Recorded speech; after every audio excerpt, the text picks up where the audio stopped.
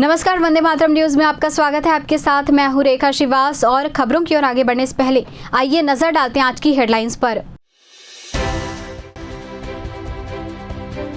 आकांक्षी जिले की प्रगति के लिए समीक्षा बैठक आयोजित।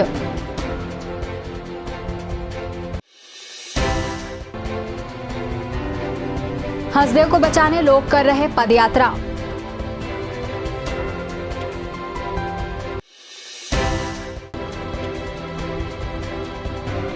एक दिसंबर को मनाया गया विश्व एड्स दिवस। अब खबरें विस्तार से। कलेक्ट्रेट के सभा कक्ष में आकांक्षी जिले की गति के लिए समीक्षा बैठक का आयोजन किया गया। बैठक में योजनाओं के सफल क्रियान्वयन एवं योजना का लाभ जिले के लोगों तक पहुंचे, इसके संबंध में संबंधित विभागों से चर्चा की गई और आकांक्षी जिले में लक्ष्य प्राप्ति तक सतत कार्य करने के लिए दिशा निर्देश दिए गए। उन्होंने कहा कि शासन की योजनाओं के माध्यम से जिले के गरीब परिवारों का जीवन स्तर सुधार करने की दिशा में सभी को मिलजुल कर कार्य करना होगा। इस बैठक में जिला कलेक्टर, सांसद सहित अन्य पदाधिकारी भी उपस्थित रहे।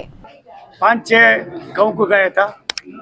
सिस्टम कैसा है, प्राइमरी हेल्थ सेंटर कैसा है, गति से पानी पीने का पानी कैसा है, जल जीवन मिशन कैसा है, सभी देख को आया साहब। बाद में इधर 1.5 आवर मीटिंग भी किया। इसमें मैं 4-5 डिपार्टमेंट को प्रोमिनेंस दिया। Health, education, basic communities and then skill development, दूसरा ये सब भी चर्चा किया। बाद में अनदर 1.5-2 मंथ्स में मैं आता इधर, 2 दिन इधर ही रहता है। हमारा मोदी जी का 2018 में देश में 112 डिस्ट्रिक्ट को एस्पिरेशन डिस्ट्रिक्ट को घोषणा कर को ये चालू किया। बाद में मुझे छत्तीसगढ़ में दोनों डिस्ट्रिक्ट देखो है। ये मेरा फर्स्ट डिस्ट्रिक्ट है कोबरा। बाद में मैं कोंडगांव को जा रहा हूँ। साहब का एक संदेश है 3CI स्ट्रैटेजी कर को है, उसमें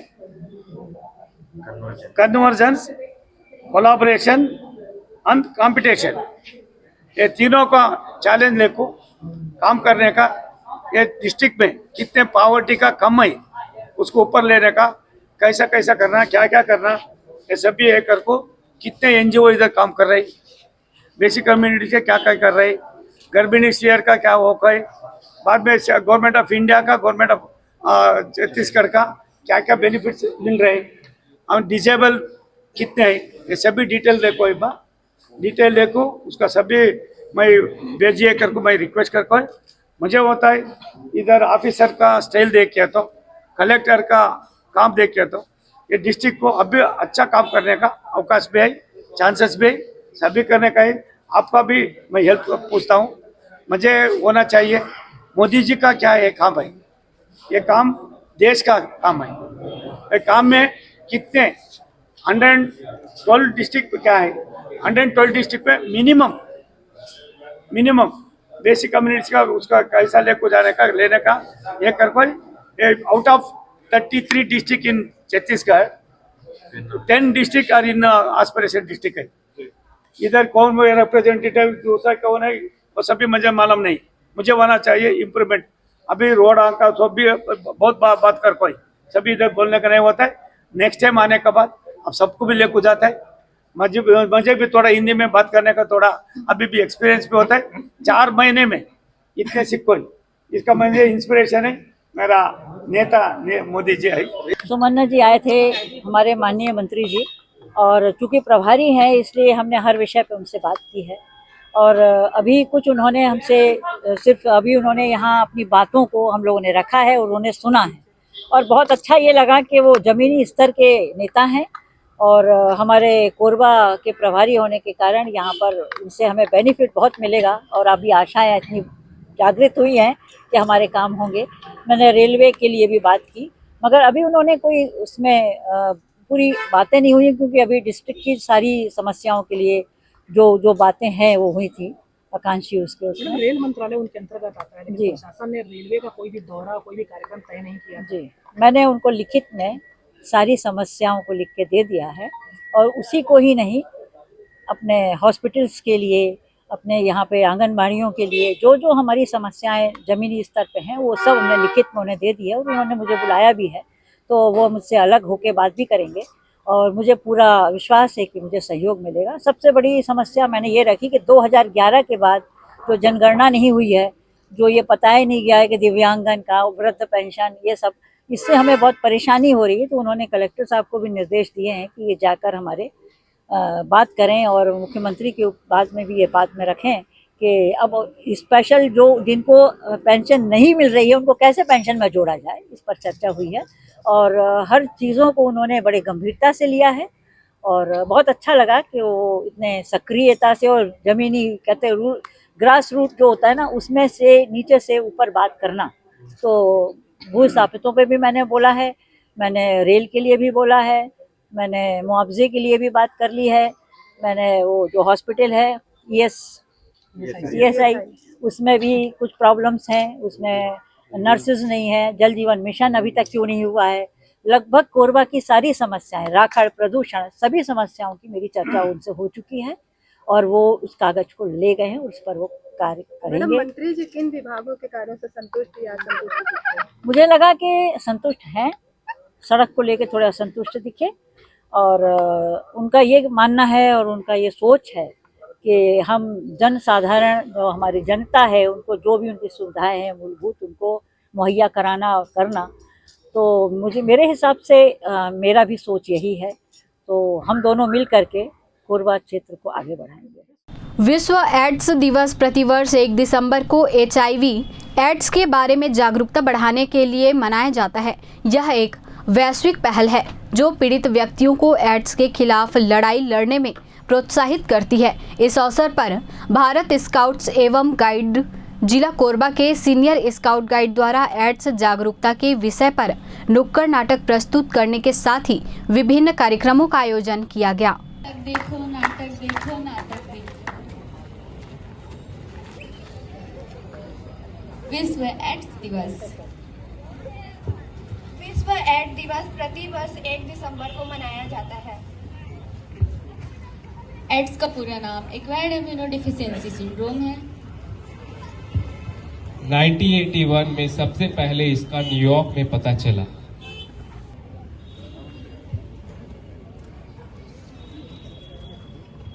भैया 1 मिनट, आप ब्लेड चेंज किए हो? नहीं भैया, क्यों? मैं नहीं कर सकता। भैया इससे HIV हो सकता है, आप ब्लेड चेंज कर दो। क्यों? मेरे पास इतना पैसा नहीं है कि मैं सबका ब्लेड चेंज करता फिरूं। भैया ठीक है, फिर आप रहने दो, मत करो। ठीक है भैया।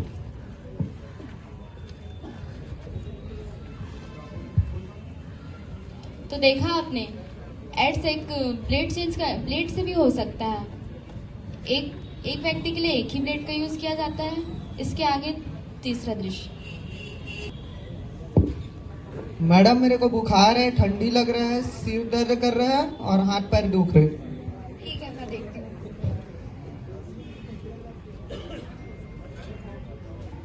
नर्स, इनको इंजेक्शन लगाइए।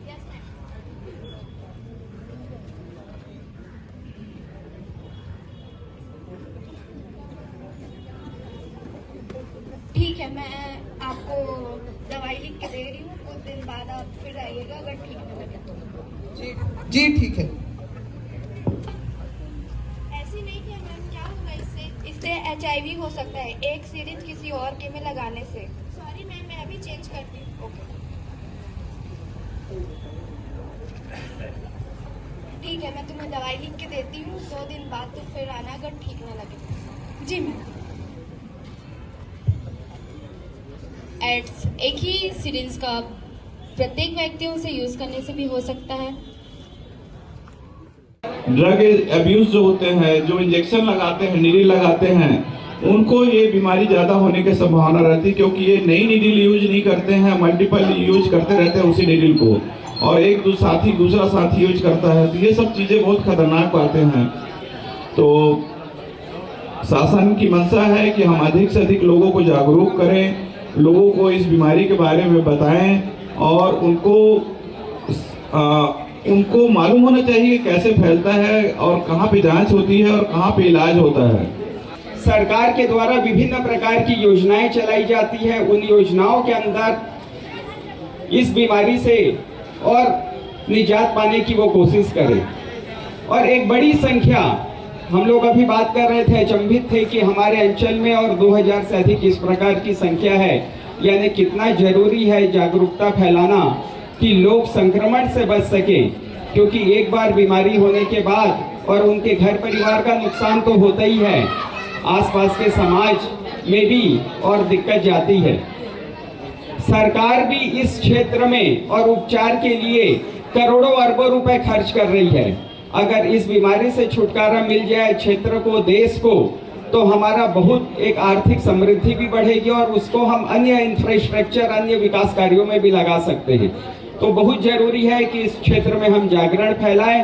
मैं प्रदेश के यशस्वी मुख्यमंत्री और देश के यशस्वी प्रधानमंत्री नरेंद्र मोदी जी को बहुत बहुत साधुवाद देना चाहूँगा, जिन्होंने स्वास्थ्यगत समस्याओं को लेकर और इस तरह के बड़े बड़े जो प्रकोप हमारे समाज में, देश में, प्रदेश में, जिले में फैले हैं, उनके लिए गंभीरता के साथ विचार करते हुए उसमें अलग से बजट का प्रावधान करने के साथ साथ अभी डॉक्टर साहब, स्वास्थ्य अधिकारी जी बता रहे थे कि विभिन्न प्रकार के सरकारी कार्यक्रम भी जागरूकता फैलाने के लिए सरकार करने जा रही है। उसमें हम जनप्रतिनिधि और आम जनता का भी अहम योगदान होना चाहिए, ऐसे हम आप सब से आशा कर सकते हैं।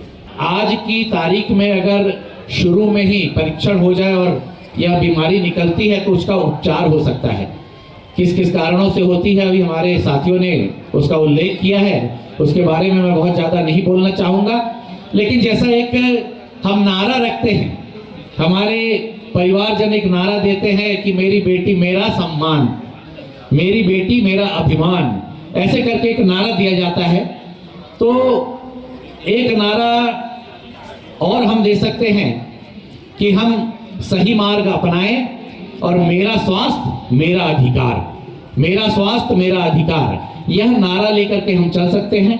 बच्चे लोग, आज आप लोगों ने मैराथन में भाग लिया और भाग लेकर के जो संदेश दिया, उसके साथ साथ एक जो रेड रिबन बांटने की भी जो एक इसमें जागरूकता लाने के लिए कहा गया, रेड रिबन, उसके हम चाहे एड्स के जागरूकता के लिए करें या तो अपने नशा मुक्त होने के लिए ड्रंक एंड ड्राइव जो करते हैं उनको देने के लिए, ऐसे ड्रग्स से जो जूझ रहे हैं उनको, तो वो सब चीज़ें से लड़ने के लिए जो एक रेड रिबन दिया जाता है वो भी आप बांटें। जगह जगह अपने स्कूल कॉलेज में और कहीं कहीं चौक पे आपके द्वारा पोस्टर्स लगाने चाहिए कि हम लोग जो है भारत का भविष्य हैं और भारत का भविष्य संभालने के लिए, भारत का भविष्य उज्जवल रखने के लिए हमें अपने स्वास्थ्य के प्रति जागरूक रहना बहुत जरूरी है। उत्तर छत्तीसगढ़ के घने वन क्षेत्र हसदेव अरण्य मध्य भारत का फेफड़ा है। इन्हें बचाने के लिए बिलासपुर से हसदेव तक पदयात्रा कर लोगों द्वारा हसदेव बचाओ का संदेश देकर नागरिकों को जागरूक किया जा रहा है। इन जंगल से ही होकर जाने वाली हसदेव नदी पर बने मिनी माता बांगो बांध का जल भरा होता है। इस बांध से ही जांजगीर, कोरबा, बिलासपुर जिलों की लाखों हेक्टेयर जमीन सिंचित होती है। जैव विविधता से परिपूर्ण यह विशाल वन क्षेत्र हाथियों का रहवास और उनके आने जाने का रास्ता है। यहाँ निवासरत आदिवासियों की आजीविका, संस्कृति और उनके जीवन का आधार भी यही जंगल और जमीन है। हसदेव पर किए गए अध्ययन में केंद्र सरकार के संस्थान भारतीय वन्य जीव संस्थान ने अपनी रिपोर्ट में कहा कि यदि हसदेव में किसी भी खनन परियोजना को अनुमति दी गई तो बांगो बांध खतरे में पड़ जाएगा। उसकी जल भराव क्षमता कम हो जाएगी। खनन होने से छत्तीसगढ़ में मानव हाथी संघर्ष इतना बढ़ जाएगा कि उसे कभी नियंत्रित नहीं किया जा सकेगा। हसदेव को बचाने की लड़ाई सिर्फ हसदेव के आदिवासी किसानों की ही नहीं, बल्कि हम सब के जीवन को बचाने की लड़ाई है। यदि हसदेव का जंगल कट गया तो न सिर्फ जीवनदायिनी हसदेव नदी सूख जाएगी, बल्कि हमारी प्राणवायु ऑक्सीजन का मुख्य स्रोत खत्म हो जाएगा। इसलिए हमें हसदेव नदी व जंगल को बचाने के लिए आगे आना होगा। हम सब ने ये ठाना है, हसदेव को बचाना है। हसदेव की रक्षा कौन करेगा? हम करेंगे, हम करेंगे। जंगल जमीन की रक्षा कौन करेगा? हम करेंगे, हम करेंगे। जंगल जमीन की रक्षा कौन करेगा? हम करेंगे, हम करेंगे। बिलासपुर से 24 तारीख को निकाले हैं पद यात्रा। चापा होते हुए अकलतरा होते हुए हम लोग कोरबा से हरियारपुर जाएंगे और पद यात्रा हमारे साथी लोग जुड़े हैं। रायगढ़ से आए हैं हमारे और बसना से आए हैं और बिलासपुर से भी है, अकलतरा से भी है और कई बहुत साथी हमारे सब बस्तर से भी है। सब हम लोग हसदेव जंगल जो कट रहा है, आज देखिए जंगल के कटने से स्थिति हमारी क्या हो रही है। जब पानी की कमी हो रही है तो हमारे पीने के लिए हमारे बच्चे कल की पीढ़ी आने वाले हमारे तरसेंगे, खेती नहीं होगी उससे। हमारे बांगो डैम है जो भर जाएगी मिट्टी से, तो पूरा हम तड़पेंगे कल पानी के लिए। तो इसके लिए हम लोग आम जनता, कोई इसमें कोई पार्टी गतिविधि नहीं है, इसमें सब आम जन चाहे जो भी आए हमारे साथ में सब मिलकर इसको एकजुटता के साथ इसको उठा रहे हैं और हमारी जंगल कटाई को बंद करने के लिए हसदेव की। यह पद यात्रा कितने दिनों की चलेगी, कितने दिनों तक चलेगी? पद यात्रा 1 सप्ताह तक और चलेगी और 8 तारीख को वहाँ हम लोग पहुँच कर धरना देंगे हसदेव में, हरियारपुर में। हसदेव नदी जंगल बचाओ पद यात्रा का एक पदयात्री हूँ और यह पदयात्रा पूरे छत्तीसगढ़ के जनमानस को झकझोरने के लिए है, लोगों को बताने के लिए है कि यदि आप सब अगर इसके लिए संवेदनशील नहीं बने, हसदेव की लड़ाई सिर्फ वहाँ के आदिवासियों की लड़ाई नहीं है, ये कोरबा के नागरिकों, व्यापारियों, जांजगीर चांपा जिले के किसानों की लड़ाई, इन सबकी लड़ाई है। क्योंकि अगर हसदेव के जंगल उजड़ गए, भांगो बांध मर जाएगा और यहाँ का व्यापार विकास सब मर जाएगा। अपने व्यापार विकास और भविष्य को बचाने के लिए हम सबको साथ में आना पड़ेगा और एक साथ मिलकर हम जब आवाज़ उठाएंगे और बोलेंगे सरकार से कि कटाई बंद करो, तब बंद होगी। नहीं तो ये नहीं मानने वाले ये राजनीतिक दल, चाहे कांग्रेस सत्ता में हो तो कटाई हो रही थी और जब भाजपा सत्ता में आई तो तुरंत उन्होंने कटाई शुरू करवा दी। ये कोई राजनीतिकों से हम लोगों को संभावना नहीं है, कोई अपेक्षा नहीं है। जनता को आगे आना होगा अपने भविष्य को, अपने विकास को बचाने के लिए। मध्य प्रदेश के भोपाल में गौरवदीप वेलफेयर सोसाइटी के द्वारा राष्ट्रीय दिव्यांग व्हीलचेयर क्रिकेट टूर्नामेंट उमंग ट्रॉफी का आयोजन किया जा रहा है। इस प्रतियोगिता में भाग लेने जिले के दिव्यांग खिलाड़ी मध्य प्रदेश रवाना हुए। 8 से 9 राज्य के खिलाड़ी इस प्रतियोगिता में हिस्सा लेंगे। कोरबा से 4 खिलाड़ियों को इस राष्ट्रीय खेल में चयनित किया गया है। यह टूर्नामेंट दिव्यांग खिलाड़ियों के लिए केवल उनके खेल कौशल को दिखाने का एक मंच है, बल्कि समाज में उनकी क्षमता और योगदान को भी उजागर करता है। इस आयोजन के माध्यम से समाज में दिव्यांगजनों के प्रति जागरूकता और सहयोग बढ़ाने का प्रयास किया जा रहा है। दिव्यांग व्हीलचेयर क्रिकेट जो कि अभी भोपाल में होने वाला है, कितने उनका नाम है, जैसे कि हमारे प्लेयर में वो गौरी शंकर है, सोफियन है, अमित बरेट और भी प्लेयर हैं जो कि अच्छा परफॉर्मेंस करते आ रहे हैं शुरू से। कितने सालों से आप लोग क्रिकेट? सर हम लोग 4 साल से खेलते आ रहे हैं। इस बार का जो टूर्नामेंट हो रहा है उसके लिए किस तरीके से तैयारी तो अच्छी की है सर और उम्मीद है कि मैच हम जीत के आए।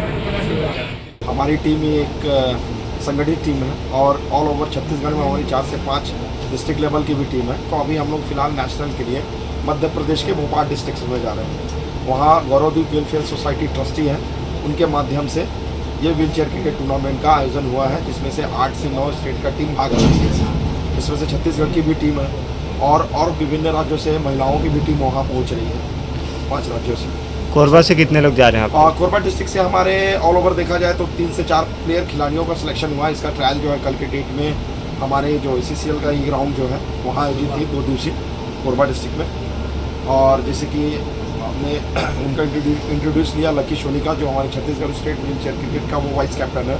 और कुछ हमारे सीनियर खिलाड़ी हैं, जैसे कि ये हमारे गौरी शंकर भैया जी हैं और पन्ना भैया जी हैं। कितने लोग जा रहे हैं? कुल टोटल ऑल ओवर हम लोग यहाँ से 13 प्लेयर जा रहे हैं 2 शॉट के साथ। अपने 15 सदस्य का टीम गठित है वहाँ और इनको लेकर छत्तीसगढ़ एक्सप्रेस से कल हम 2 तारीख को रायपुर से निकलेंगे। टूर्नामेंट है वहाँ? टूर्नामेंट से वहाँ भोपाल डिस्ट्रिक्ट में। तो आज से फिर फाइनल सेमीफाइनल? बिल्कुल 3 तारीख से 4 तारीख से स्टार्ट है। 4 दिसंबर से 7 दिसंबर तक हमें वहाँ खेलना है खेलने के बाद फर्स्ट टाइम इंडिया जैसा कंट्री में नाइट गेम में flood night wheel chair cricket tournament आयोजित हो रहा है डिस बॉल से। प्रशासन की तरफ से आप लोग को मदद दिया गया? प्रशासन से यही अपेक्षा रहती है कि जैसे कि अब व्यवस्थित वाली बातें होती हैं, अगर उसमें प्रतिवेदन देना हमारी जिम्मेवारियाँ होती हैं, अपना खुद का मौलिक अधिकार होता है, उसके बाद प्रशासन उसमें एक्टिव होकर करते हैं तो करते हैं, और नहीं हो पाती है तो कुछ प्लेयर लोग हम लोग ऐसे एक्टिव हैं कि अपने में ही कलेक्ट करके चंदा, ये हमारे डिसेबल क्लास है दिव्यांग को भी, हम इसी में जाते हैं। वार्ड क्रमांक 32 डिंगापुर में मितानिन आंगनबाड़ी कार्यकर्ता व सहायिका सम्मान समारोह का आयोजन किया गया। इस कार्यक्रम में प्रदेश के भाजयुमो जिला महामंत्री नरेंद्र देवांगन और पार्षदगण उपस्थित रहे। वहीं नरेंद्र देवांगन ने आगामी वित्तीय वर्ष में मितानिनों के लिए भव्य भवन निर्माण कराने की बात कही है।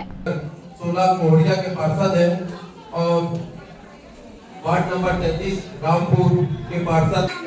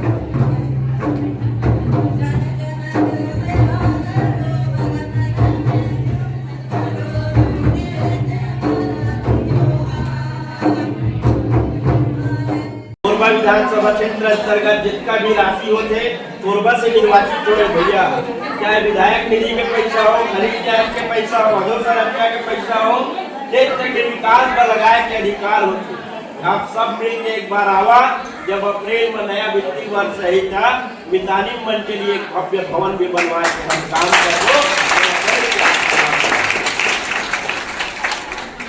मितानिन मन के चिंता करना, घर घर के चिंता करना, मितानिन मन के चिंता करना लखनलाल देवांगन जी के काम है। मितानिन मन के सेवा करना लखनलाल देवांगन के टीम के काम है। मितानिन मन के सम्मान करना नरेंद्र देवांगन के काम है। मितानिन मन के हर एक काम ला करना जो मत मजेद का आदमी बैठे हैं मन के काम है। आप सब के हमेशा सम्मान होते रहे। समाज से भी हम आग्रह करबो कि ऐसे जो समाज के अभिन्न अंग होकर घरों घर सम्मान करते रहे, मान पूर्वक बात करे, उन्हें एक बड़े बड़े MBBS MD डॉक्टर से भी बड़े बड़े समझे। आप सब बहुत अच्छे तरीके से बात न सुना, आप सबके सामने विचार रखे के अवसर मिली, अपना सम्मान करे के मौका मिली, आप सब इज्जत मान सम्मान कर, आप सब बहुत बहुत धन्यवाद। कटघोरा थाना अंतर्गत ग्राम गुरुमुड़ा के जंगल में महिला पुरुष की सड़ी गली लाश मिलने से ग्रामीणों में हड़कंप मच गया। सूचना मिलने पर पुलिस के साथ ही फॉरेंसिक की टीम स्थल पर पहुंची और जांच शुरू कर दिया गया। दोनों शव की शिनाख्त 15 दिन से लापता ग्राम घरी पखना निवासी पति पत्नी के रूप में हुई। पुलिस द्वारा ग्राम पंचायत गुरुमुड़ा व ग्राम पंचायत घरी पखना के सरपंच समेत ग्रामीणों से चर्चा की गई। तब उन्होंने शव की शिनाख्त चरण साय अघरिया 65 वर्ष एवं आनंद कुंवर अघरिया 55 वर्ष के रूप में की गई। ग्रामीणों ने बताया कि कुछ दिनों पहले मृतक महिला के भाई का 10 गात्र कार्यक्रम था, उसमें शामिल होने दोनों पति पत्नी घरी पखना आए हुए थे। 15 नवंबर को ग्राम जाने के लिए निकले ही थे, लेकिन वे घर नहीं पहुंचे।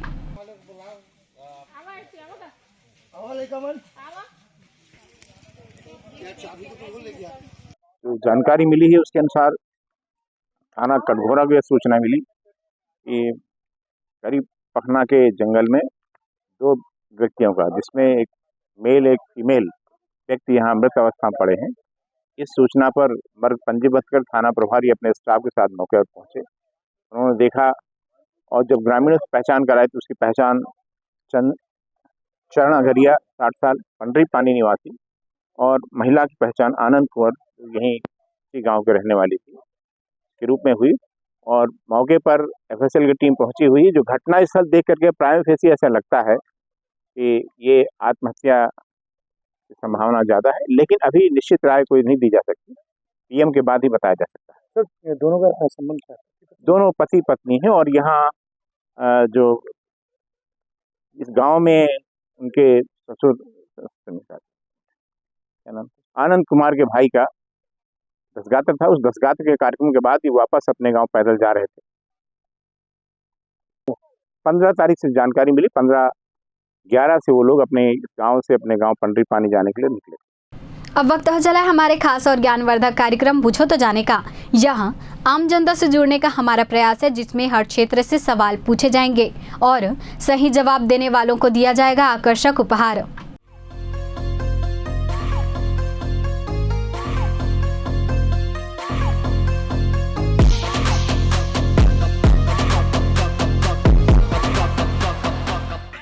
नमस्कार दर्शकों, आपके साथ मैं हूं शारदा यादव और आप सभी का स्वागत है हमारे खास कार्यक्रम बूझो तो जाने में। आज का हमारा सवाल है कि कार्तिक पूर्णिमा के दिन किसका जन्म हुआ था। आज के हमारे विजेता को दिया जाएगा नमामि हसदेव की ओर से आकर्षक उपहार। तो आइए चलते हैं दर्शकों के बीच और जानते हैं आज के सवाल का जवाब। कार्तिक पूर्णिमा के दिन किसका जन्म हुआ था? कार्तिकेय का। किनका जन्म? कार्तिकेय। नहीं मैम, सॉरी, गलत जवाब है। कोरबावासी कोई मैसेज देना चाहेंगे? कोई बात नहीं, धन्यवाद। कार्तिक पूर्णिमा के दिन किसका जन्म हुआ था?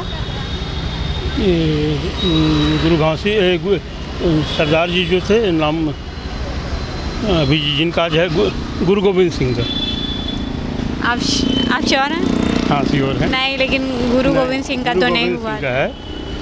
गुरु गोविंद सिंह का जयंती मनाया जा रहा है तो कैसे नहीं रहेगा, आज है। नहीं, गलत जवाब है। तो आज गलत नहीं है तो फिर छोड़ दीजिए, हम वही जानते हैं। ओके ठीक, धन्यवाद। कार्तिक पूर्णिमा के दिन किनका जन्म हुआ था? कार्तिक पूर्णिमा के दिन जानकारी कोई बात नहीं, धन्यवाद। कार्तिक पूर्णिमा के दिन किनका जन्म हुआ था? कृष्ण जी का।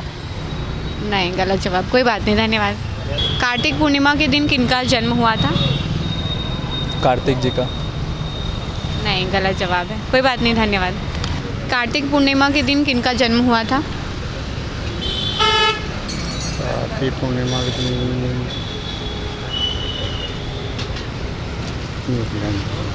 कोरबा वासियों को मैसेज देना चाहेंगे? बस सब बढ़िया रहे, खुश रहे, सब कोई अच्छे से रहे। ठीक है, धन्यवाद। कार्तिक पूर्णिमा के दिन किनका जन्म हुआ था? मैम, मेरे को से नहीं पता है। कोई बात नहीं, धन्यवाद। कार्तिक पूर्णिमा के दिन किनका जन्म हुआ था? बताओ। आई डोंट नो, नहीं पता है। कोई बात नहीं, धन्यवाद। कार्तिक पूर्णिमा के दिन किनका जन्म हुआ था?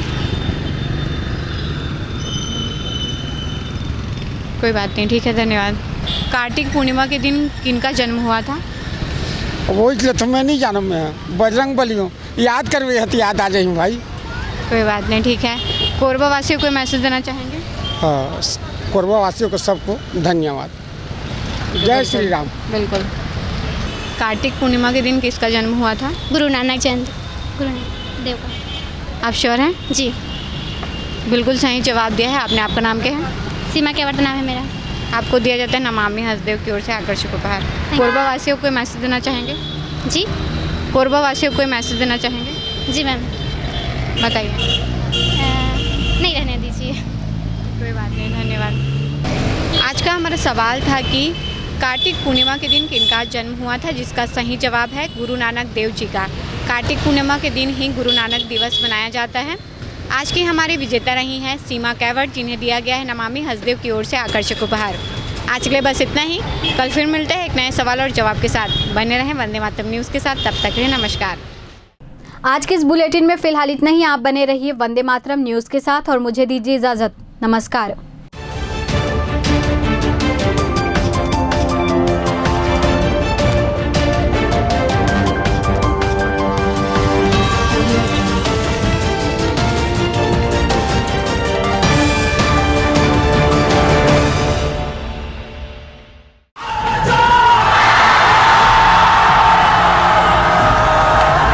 कॉम्पिटिशन जेई नीट की तैयारी करने वाले स्टूडेंट्स और ड्रॉपर स्टूडेंट्स, अब आपके इंतजार पे पूर्ण विराम लगाने आ गया है फिजिक्स वाला आपके अपने शहर कोरबा में। अपने भविष्य को लेके चलिए एक सही राह पे फिजिक्स वाला के साथ। तो तैयार हो जाइए ऑफलाइन एजुकेशन में रिवॉल्यूशन के लिए। हमारा पता 2nd floor Shanti hero showroom, Kosabadi Chowk, Korba, Chhattisgarh.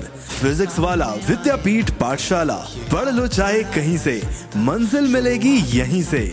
Session 2024 and 25 admissions open for JEE, NEET and Foundations from classes 8th to 12th and droppers। अधिक जानकारी के लिए आप इस हेल्पलाइन नंबर पे कॉल कर सकते हैं 7880189145। Happy learning. Panjwani dental care दंत चिकित्सालय, कोरबा का प्रथम स्थापित दंत चिकित्सालय। अत्याधुनिक मशीनों द्वारा दांतों की उच्च स्तरीय जांच एवं इलाज की सुविधा। सेरेमिक नकली फिक्स दांत व निकलवाने वाले दांत, फुल सेट बत्ती सी लगाने की सुविधा। टेढ़े मेढ़े बाहर निकले दांतों को ऑटोडेंटिक क्लिप द्वारा ठीक करना। आजू बाजू के दांत घिसे बिना इम्प्लांट विधि द्वारा फिक्स दांत लगाना। पेरेंटो ओरल कैमरा, जिसमें मरीज अपने दांतों को टीवी स्क्रीन पर देख सकता है। रूट कैनाल, मुंह में खून आना, दांतों की सफाई, मुंह की दुर्गंध, पायरिया का इलाज। हमारे डॉक्टर रौनक सिंह MDS, डॉक्टर प्रज्ञा Chaudhary BDS, doctor Mohit Kumar VDOs। हमारा पता Panjwani dental care, Lakshmi store के सामने, पंटी स्टोर के बाजू में, main road Korba. Mobile number 9827941417। Siddhi Vinayak hospital, a unit of orthopaedic surgery and trauma management. अब हड्डियों से संबंधित रोगों के उपचार के लिए कहीं और जाने की जरूरत नहीं। जटिल एवं असाध्य रोगों का सफल इलाज अब आपके अपने शहर में। कम शुल्क में विशेषज्ञ चिकित्सक द्वारा उपचार। घुटने व कूल्हे के जोड़ों का प्रत्यारोपण, जटिल फ्रैक्चर एवं जोड़ों का सफल ऑपरेशन, गठियावात व जोड़ों के दर्द का उपचार, टेढ़ी मेढ़ी हड्डियों का बेहतर इलाज, हड्डियों की जन्मजात विकृतियों का उपचार। इसके अलावा OPD 1-2 की सुविधा, modern pathology lab, private semi private general ward की सुविधा, modern digital x-ray, ECG, ICU 5 बिस्तरों वाला वेंटिलेटर की सुविधा, pharmacy, OT team, waiting area, canteen की सुविधा, सर्व सुविधा युक्त गार्डन, 24 घंटे एम्बुलेंस एवं आपातकालीन सुविधाएं उपलब्ध।